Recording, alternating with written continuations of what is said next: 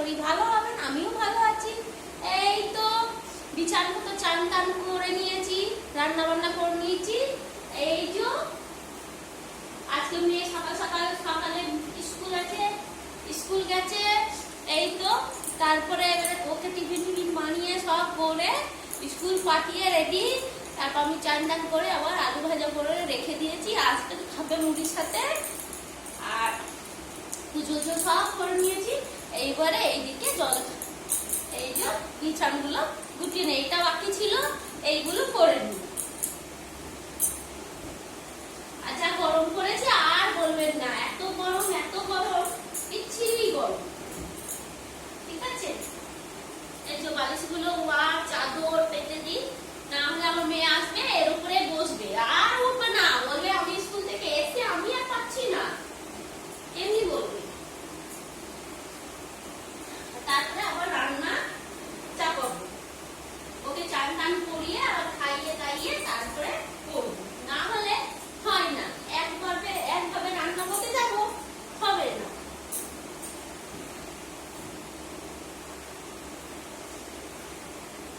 এবং আসতে অনেক দেরি আছে, সে আসবে 11:30। ওই জন্য ততক্ষণ কাজ করে নি, কমপ্লিট করে নি।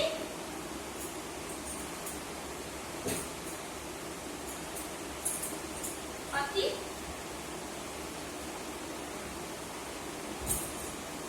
এই যে বালিশগুলো সব ওয়াল খুলেছিলাম, কাচলাম, কাজ করে কেচে কুচে সব মিলে চান টান করে সব কমপ্লিট কাজ। এই যে ওয়ালগুলো লাগাবো। আর আমার হাজবেন্ডের শরীরটা ভালো না, আরো ভালো লাগছে না। হ্যাঁ, ইনফেকশন হয়ে গেছে পেটে, একদম ভালো লাগছে না।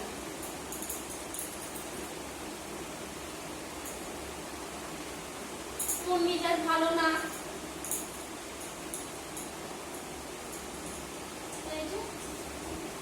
আর সব থেকে বেশি তো ব্যাস ওইদিকে পরে করবো। এই যে ওয়ারগুলো, বালিশের ওয়ারগুলো নিয়ে লাগিয়ে নি, না হলে যা গরম পড়েছে আর ভালো লাগছে না, কি আর বলবো। মেয়ে এলে তাহলে আর রান্না করবো, আর এখন করবো না। ওকে চান টান করে খাইয়ে দাইয়ে ব্যাস। আমি এক মুঠো মুড়ি খেয়েছি আলু ভাজা দিয়ে ব্যাস। কেন যা গরম পড়েছে আর রুটি কোটা ভালো লাগছে না, তার জন্য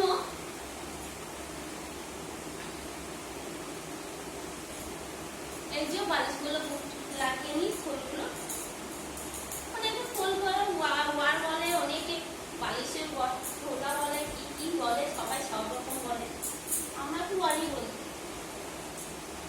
বেশ, টাটা।